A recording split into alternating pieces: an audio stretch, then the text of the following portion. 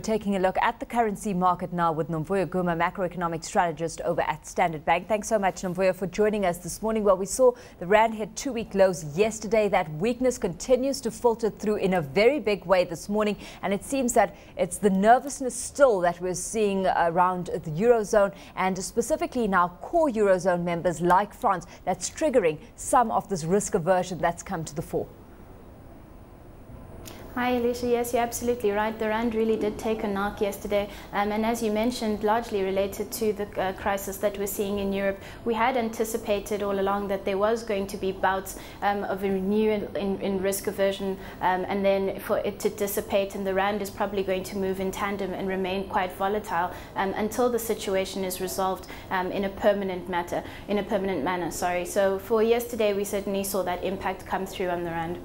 Yep, today it's hitting 823 already, and we're an hour into the trading day. Not even, Nomvuyo. What are you making of the kind of movement that we're seeing right now? A very bearish market mood that we're seeing at the moment, Alishia. So firstly, there are the issues in the eurozone. We've seen that commodity prices are much softer this morning. Asian markets opened in the red. So all in all, we did think that it was the trend was set for a bearish day.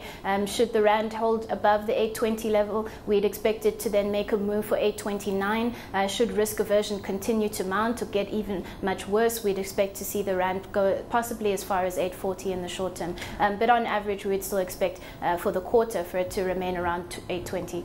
Well, we had the South African Reserve Bank Governor Joel Marcus yesterday reiterating the MPC's view that underlying support for the rand is still there, that factors that led to the strong rand in the first place still prevail, where interest rates in advanced economies are expected to remain lower for longer. What did you make of her address yesterday, Nomvuyo? Well, it was quite a downbeat assessment of the outlook for both domestic growth and international as well. So from that point of view, was not largely out of step with comments that she's been making all along.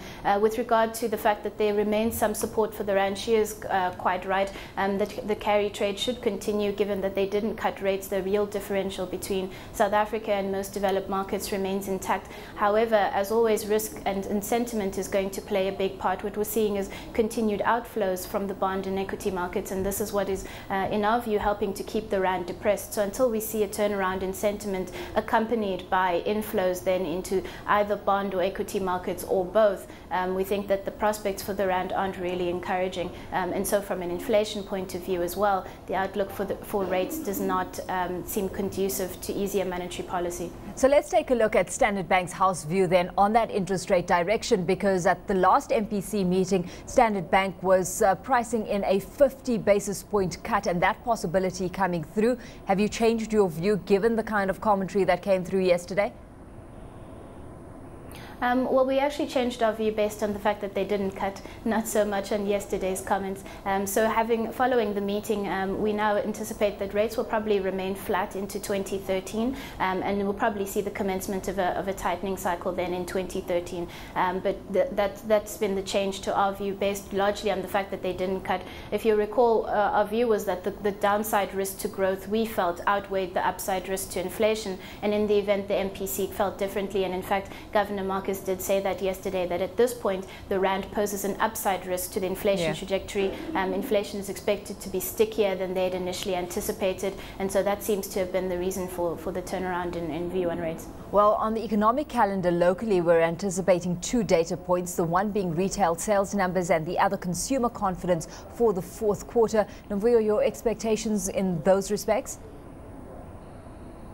Well, as far as consumer confidence is concerned, it does seem likely that we're going to see another low print, either it remaining at the two-year low that it recorded in Q3, or in fact dropping lower, because everything is stacked against consumers at this point. We have the bleak economic outlook, we have rising inflation, we have uncertainty over the labor market.